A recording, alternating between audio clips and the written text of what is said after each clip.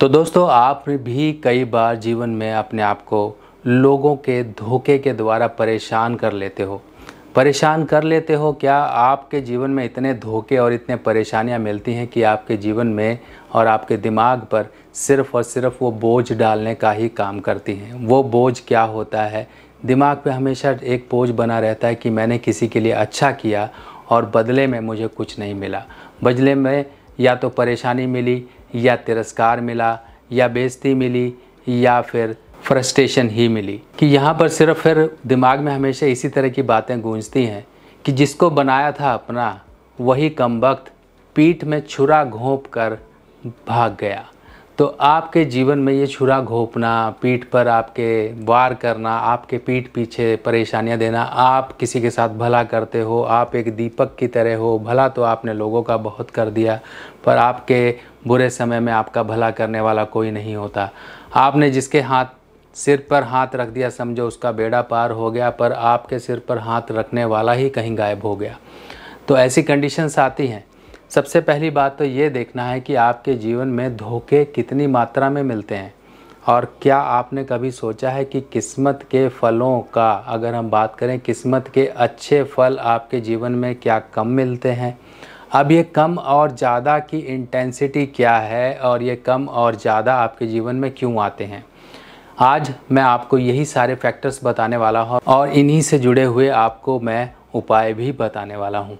तो दोस्तों, अगर हम बात करें जीवन में धोखा, बदनीयती, छल, कपट, क्या आपने कभी सोचा है कि ये क्यों किसी को ज़्यादा मिलते हैं?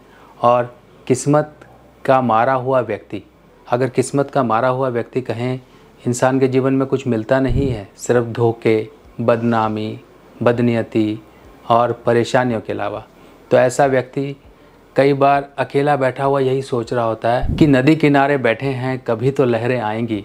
पर कमबख्त, जब किस्मत ही ख़राब है तो क्या लहरें झक मराने आएंगी? हाँ, अब लहरें आपके जीवन में वो कब आएँ, उनको रोकने वाली शक्ति क्या है? आपके जीवन में एक नेगेटिव शक्ति क्या है जो आपके जीवन में धोखे और परेशानियां ही देती है? पर इसके विपरीत एक पॉजिटिव शक्ति होती है जो आपको इन धोखों के विपरीत आपके जीवन में अच्छे रिजल्ट प्रदान करने वाली होती है। अगर ये एनर्जीज इम्बैलेंस हो जाएं तो जीवन हमेशा धोखों और परेशानियों में ही उलझा रहता है। किस्मत के फल तो उसे कभी मिलते ही नहीं हैं। जीवन स्ट्रगल, परेशानियाँ, धिक्कार और झटकों से ही भरा होता है। अब हमें ये समझना है कि ये सब अचानक से आपके जीवन में क्यों आ रही हैं। जब भी कुंडली में दो फैक्टर्स देखते हैं, एक बृहस्पति है और एक राहु है। अगर आपके जीवन में अच्छे फल आपको मिल रहे हैं, अच्छे फल यानी कि आपकी किस्मत आपके साथ दे रही है और आप छोटे मोटी प्रॉब्लम से बड़ी आसानी से निकल आते हो, आपके जीवन में पैसा आ रहा है, आपके लास्ट मोमेंट पे काम खराब नहीं हो रहे हैं, आपकी घर में परिवार में बड़े बुजुर्ग सही हैं, आप समझते हो कि आपको लगता है, महसूस होता है कि ऊपर वाला मेरे साथ है और हर समय मदद करता है, तो समझ लीजिए आपके बृहस्पति आपको सपोर्ट कर रहे हैं। पर इसके विपरीत जब जीवन में परेशानियां अचानक से आने लगे, झंझट लास्ट मोमेंट पे जाके क्रिएट हो जाएं, लास्ट मोमेंट पे जाके काम खराब हो जाए, बीमारियां, परेशानियां, फालतू के वहम, चिंता, डर अगर आपको परेशान कर रहे हैं, तब ऐसे केस में राहु की एनर्जी ज़्यादा हावी है। अब जब भी राहु की एनर्जी ज़्यादा हावी हो जाती है, तब ऐसे केस में बृहस्पति चुप हो जाते हैं और उनकी एनर्जी डाउन हो जाती है, क्योंकि वो मौका देते हैं कि बेवकूफ़ और कम समझ इंसान, तू जितना कूदना चाहता है कूद, पर जब मेरी बारी आएगी तब मैं बोलूँगा।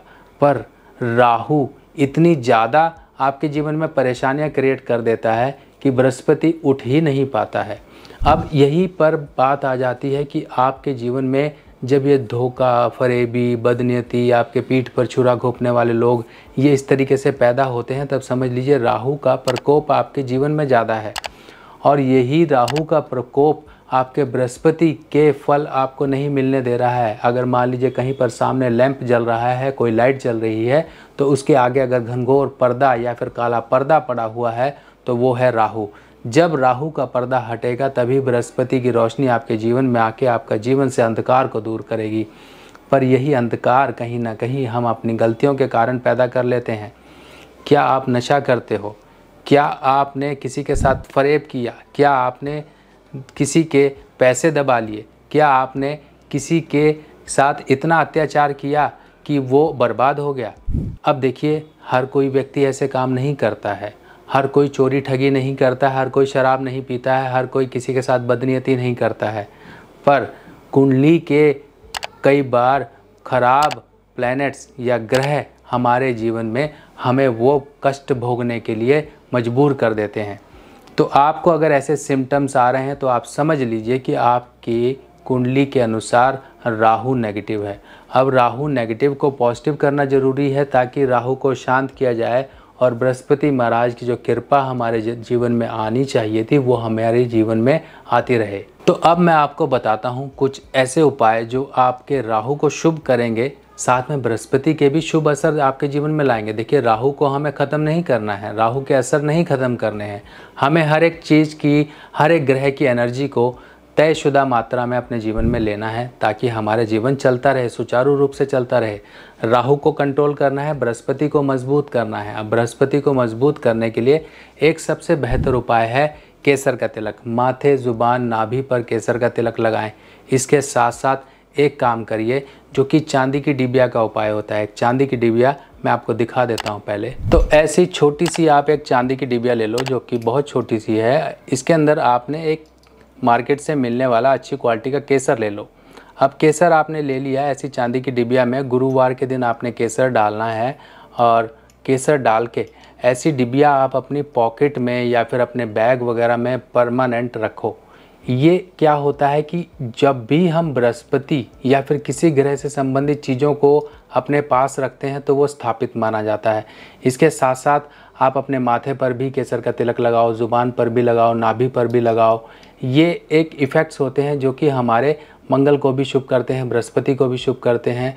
और केसर ही एक ऐसा ट्रीटमेंट है जो कि बृहस्पति को काफ़ी मजबूत कर देता है, अच्छे रिजल्ट देने के लिए उसको काफ़ी इफ़ेक्टिव तरीके से आगे बढ़ाता है।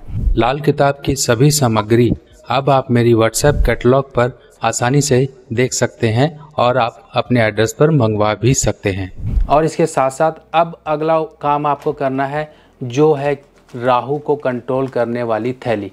आपके घर में इस तरह से सौंफ मिल जाएगी। हरी सौंफ लीजिए, देसी शक्कर जिसे देसी खंड कहा जाता है, और लाल मूंगा ले लीजिए, रेड कोरल जिसे बोला जाता है। 5 रत्ती का लाल मूंगा सफिशेंट है। इस तरह से आप लाल मूंगा ले लीजिए और मंगलवार के दिन थैली बना लीजिए। थैली बना के लाल मूंगा और ये देसी खंड और ये सौंफ सब चीज़ें एक साथ एक पैकेट में डाल लीजिए। और आपने अगला काम करना है, एक कपड़े की थैली बना लीजिए, स्क्वायर थैली बना लीजिए। ऐसे थैली बना लीजिए कपड़े की और उसके अंदर सब चीज़ें डाल लीजिए। डालने के बाद किनारों को आप सुई धागे से सिल के, स्क्वायर थैली होनी चाहिए, इतना ध्यान रखिए कि चौकोर यानी कि चारों खाने बराबर, इस तरह से थैली बना लीजिए। और थैली बना के आपको अपनी तकिया के नीचे परमानेंट रखकर सोना है। और साथ ही साथ अगर आप अपने बैग में रख सकते हो तो बहुत बढ़िया। और इसके साथ साथ एक काम और कर लीजिए जो कि बहुत ही इफ़ेक्टिव उपाय होता है, वो भी आपको बता देता हूँ मैं। तो ये देखिए मेरे हाथ में अभी आपको ये चांदी का हाथी दिखाई दे रहा है। इसका वज़न 60 ग्राम है और 60 ग्राम का हाथी है। और अगर हम इसके पैरों की बात करें तो इसका राइट पैर आगे है और सूंड नीचे है।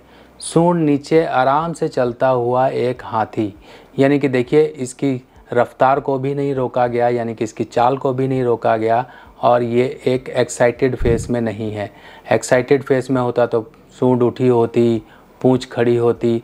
और ये 60 ग्राम का हाथी है।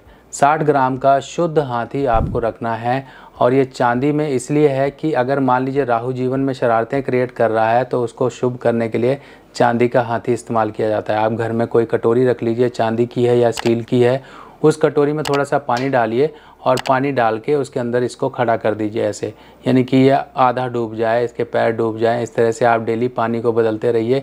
उस पानी को आप घर में भी छिड़काव कर सकते हैं। इस तरह से चांदी का हाथी ज़रूर रखिए। और ये चांदी का हाथी लॉजिक ये होता है इसका, जब राहु की शरारतें बढ़ती जाएं तो उस समय चांदी यानी कि चंद्रमा जो कि माता है, माता के कंट्रोल में आके वो राहु शरारती बच्चा अपनी शरारतों से बाज आ जाता है।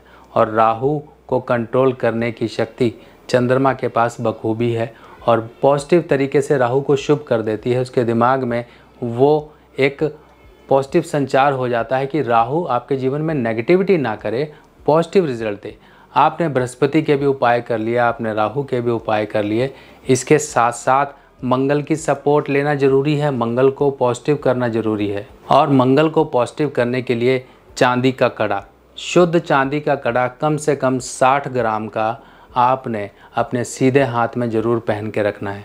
ऐसा चांदी का कड़ा लीजिएगा, उसमें कहीं पर कट या फिर जॉइंट नहीं होना चाहिए। ये एक ढलाई का कड़ा, यानी कि ढलाई जिसे कहते हैं कास्टिंग, एक ही सांचे में पिघला हुआ चांदी डाल के बनाया जाता है, जिसमें कोई जोड़ नहीं आता है, ऑटोमेटिकली वो एक ही धातु बन जाती है। इसके साथ साथ इसमें 2 छेद करवा कर, आमने सामने या आसपास कहीं पर भी 2 छेद करवा के थोड़ा सा सोना और थोड़ा सा तांबा ये ज़रूर इसमें मिक्स करवा लीजिए, तो 3 धातु बन जाती हैं। इससे मंगल नेगेटिव के प्रभाव भी दूर हो जाते हैं, मंगल पॉजिटिव हो जाता है। चंद्रमा, बृहस्पति और मंगल तीनों के असर एक कड़े में आ जाते हैं और एक पॉजिटिव तरीके से ये एनर्जी आपके लिए काम करना शुरू कर देती है, जो कि नेगेटिव प्रभावों को दबाने में काफ़ी ज़्यादा मददगार सिद्ध होती है। तो दोस्तों, ये कुछ आपके लिए उपाय हैं और इन्हीं उपायों को आप करोगे तो अपने आप राहु को कंट्रोल करोगे। इसके साथ साथ एक काम और करिएगा, लाल कपड़ा ले लीजिए, लाल कपड़े में 1 मुट्ठी जौ, जिसे बार्ले कहा जाता है, जौ डालिए, थोड़ा सा गौमूत्र छिड़किए और उसे अच्छी तरह से बांध दो। बांध कर आप अपने घर का वो हिस्सा देखिए जहाँ पर कम आपके रोशनी होती हो, कम लाइट वगैरह जलती हो। कोई स्टोर हो सकता है या फिर कोई ऐसी जगह हो सकती है जहाँ पे सामान रखा है, उसके पीछे कहीं पर लाइट नहीं जाती है, वहाँ पर इसको रखकर और ऊपर से ईंट पत्थर रख के इसको वज़न रखकर इसको पोटली को दबा के रखिए। अब दबा के रखिए, इसको महीने भर दबा के रखिए। दबाने के बाद महीने बाद फिर दोबारा इसे बदल लो, ऐसे बदलते रहो। जौ ख़राब हो जाएगी, जो आप बदलोगे तो पुरानी वाली किसी पेड़ के नीचे डाल देना, नई फिर बना के रख लेना। मंगलवार के मंगलवार ऐसे करते रहिए। राहु के नेगेटिव प्रभाव, जो बीमारियां, दिक्कतें, परेशानियां आपके जीवन में धोखे, बदनामी, बेमतलब की झंझटें क्रिएट कर रहा था, इन सभी उपायों को कर कर आप परेशानियों से बच जाओगे। तो इसके साथ साथ आपको एक जानकारी और दूं, आजकल बहुत ही कॉपी हो रही है। कॉपी क्या, आप देखिए, इस बात को सुन के मुझे खुशी हो रही है। कई लोग तो इस चीज़ पे रिएक्ट करते हैं, पर मैं रिएक्ट नहीं कर रहा हूँ। मैं ऐसे ही बैठा हुआ था तो पिताजी के साथ ऐसी बात चल रही थी, मैंने कहा ऐसे से कॉपी बहुत हो रही है आजकल, लोग मुझे कॉपी कर रहे हैं। जरा मतलब जो भी कंटेंट मैं कुछ आपके लिए इन्फॉर्मेशन डालता हूँ, सेम हूबहू वही चीज़ लोग भी डाल देते हैं कई बार। और बहुत से लोग हैं, आपने वीडियोस वगैरह आप देखते ही होंगे, तो लोग कर रहे हैं। तो मेरे पिताजी ने एक ही बात कही कि बेटा, जिस दिन लोग तुम्हें कॉपी करने लगें उस दिन तुम समझ जाना कि तुम कामयाबी की राह पर चले हो। पर अपनी वीडियो में एक मैसेज ज़रूर एक दे देना कि कॉपी करने वालों, मुझे कॉपी ज़रूर करो, पर उस कॉपी में थोड़ा बहुत लोगों को फ़ायदा देने वाली चीज़ें आपके अनुभव अनुसार ज़रूर डाला करो, ताकि मुझसे हटकर या मुझसे बढ़कर कुछ जानकारी लोगों तक पहुँचे। तो इस तरह से करते रहिए, मुझे कोई दिक्कत नहीं है। आप चाहे मेरी सभी वीडियोस को कॉपी कर लो, कोई दिक्कत नहीं, पर थोड़ा सा एडिशन करो, कुछ उनके फ़ायदे की ज़रूर बातें बताया करो, इससे खुशी मिलेगी। मैं कभी आपको नहीं मना करूँगा कि आपने मेरा कंटेंट कॉपी कर लिया। कॉपी करने वाला कुछ नहीं है, मैं भी तो किताबों से पढ़कर, गुरु का ज्ञान, पिताजी के द्वारा दिया हुआ ज्ञान, अपने सब यही तो ज्ञान चल रहा है। ज्ञान तो सर्कुलेट होना चाहिए, और सर्कुलेट के साथ साथ उस ज्ञान में कुछ ना कुछ आपका अनुभव और आपके कुछ ना कुछ एडिशन ज़रूर होने चाहिए, तभी वो ज्ञान किसी के लिए सार्थक है। अगर आप अच्छा ज्ञान देंगे, अच्छी लोगों के फ़ायदे की चीज़ें बताएंगे, तो मुझे खुशी होगी और उनको तो और ज़्यादा खुशी होगी, जो लोग आपके ज्ञान को सुन के अपने जीवन को लाभान्वित करते हैं। तो दोस्तों, मिलते हैं नई जानकारी के साथ नई वीडियो में। तब तक के लिए अपने सुभाष भाई को आज्ञा दीजिए। नमस्कार।